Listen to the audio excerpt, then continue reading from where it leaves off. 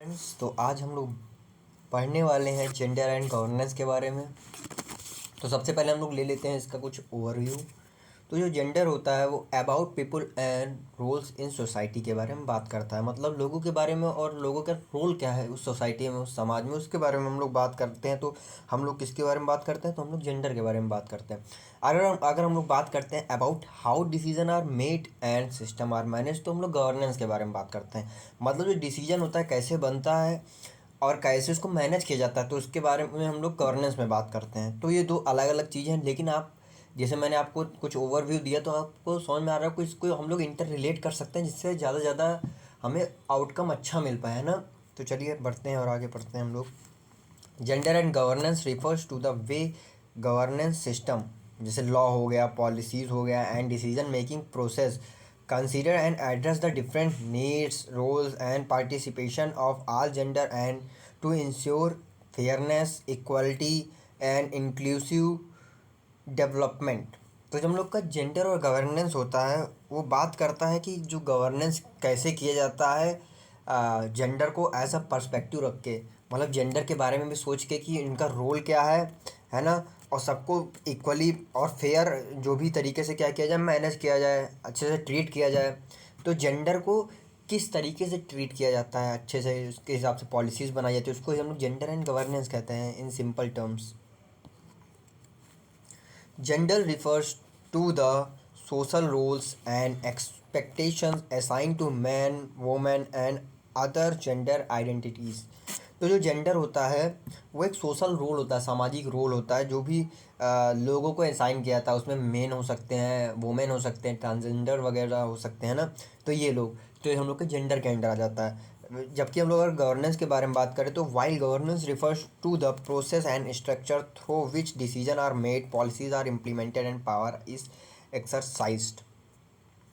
तो जो हम लोग गवर्नेंस होता है उसके अंदर एक टाइप का स्ट्रक्चर होता है, एक प्रोसेस होता है जिसके अंदर हम लोग क्या करते हैं, डिसीजन लेते हैं, पॉलिसीज़ बनाते हैं, पॉलिसीज़ को इम्प्लीमेंट करते हैं, और जो पावर होता है उसको क्या करते हैं, अच्छे से क्या लागू करते हैं ना।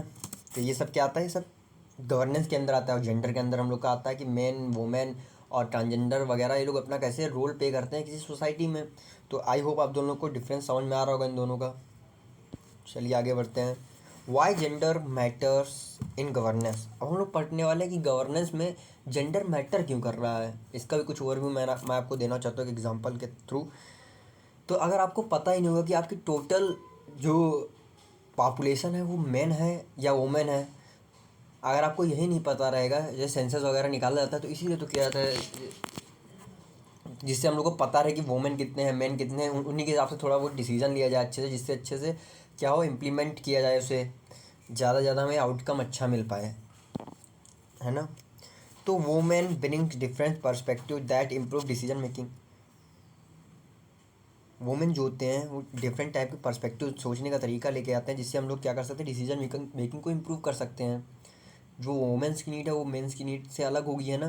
तो इसलिए हम लोग को पता रहना चाहिए हमारी पॉपुलेशन है किसकी ज़्यादा, उसी के अकॉर्डिंग हम लोग क्या करेंगे, ज़्यादा से ज़्यादा रूल रेगुलेशन बनाएंगे। फिर सेकंड क्या है, ensure equal representation of man and women in politics, administration and decision making. और हम लोग को ये भी करना है कि हम लोग को जो सॉरी, मेन और वुमेन्स का पॉलिसीज़ में, एडमिनिस्ट्रेशन में और डिसीजन मेकिंग के दौरान उनका ज़्यादा से ज़्यादा इक्वल पार्टिसिपेशन रखना है, जिससे वो लोग हर तरीके से सोच के अपने हिसाब से रूल भी बना सकें, है ना। Help create policies that address the need of all genders, है ना। तो मतलब हम लोग को क्या करना है, हम लोग को पॉलिसीज़ ऐसी बनानी है जो सारे जेंडर के लिए अच्छे से परफॉर्म करे, सबको कोई प्रॉब्लम ना फेस करनी पड़े उसके दौरान, है ना। ये नहीं कि जो मैन है उसको अच्छा लग रहा है पॉलिसीज़ और फीमेल के लिए बहुत गड़बड़ पॉलिसीज़ है, सब, है ना। Promote equality and social justice, मतलब इक्वलिटी को भी प्रमोट करना है और क्या करना है, हम लोग को सोशल जस्टिस को भी इम्प्रूव करना है हमारे कंट्री में, हमारे नेशन में, okay. Leading to stronger democratic system. Democratic system मतलब ये होता है सब लोग स्वतंत्र हैं, अपने हिसाब से डिसीजन वगैरह ले सके, है ना।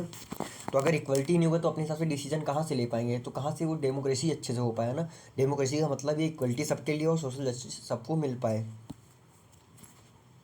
Support faster development and growth of a nation.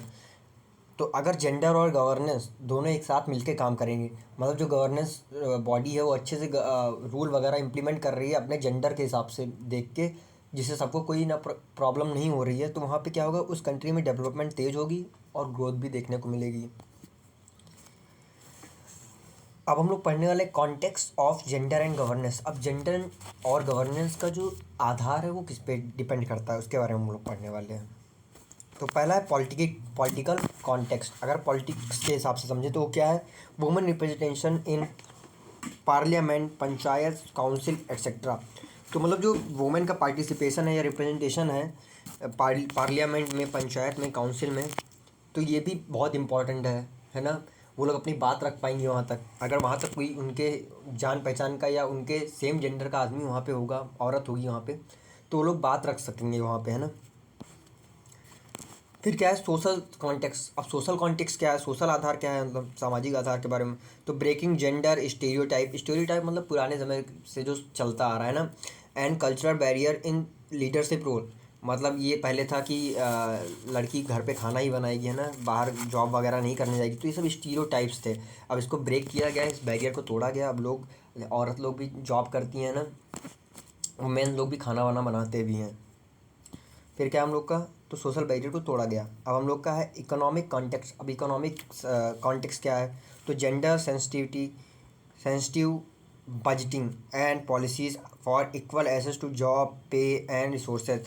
मतलब जो जेंडर के हिसाब से सबके लिए जो इक्वल रूल रेगुलेशन बने हैं ना, पॉलिसीज़ बने, जिससे सबको इक्वल चांसेस रहें किसी भी जॉब को ग्रैब करने के लिए, किसी भी जॉब को पाने के लिए, कॉम्पिटेंस इससे बढ़ेगा, है ना।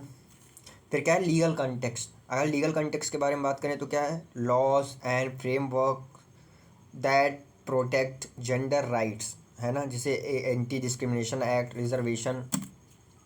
तो लीगल जो मतलब जो सरकार की तरफ से जो कॉन्टेक्स्ट के बारे में बात करें तो उसमें क्या होता है, उसमें कुछ ऐसे प्रोटेक्टिव जेंडर लॉ बनाए जाते हैं, जैसे ST SC के लिए भी लॉ है ना, जिससे उनको कोई उत्पीड़न उत्पीड़न ना किया जाए, उनका एंटी डिस्क्रिमिनेशन मतलब भेदभाव ना किया जाए, इसके लिए भी लॉ है।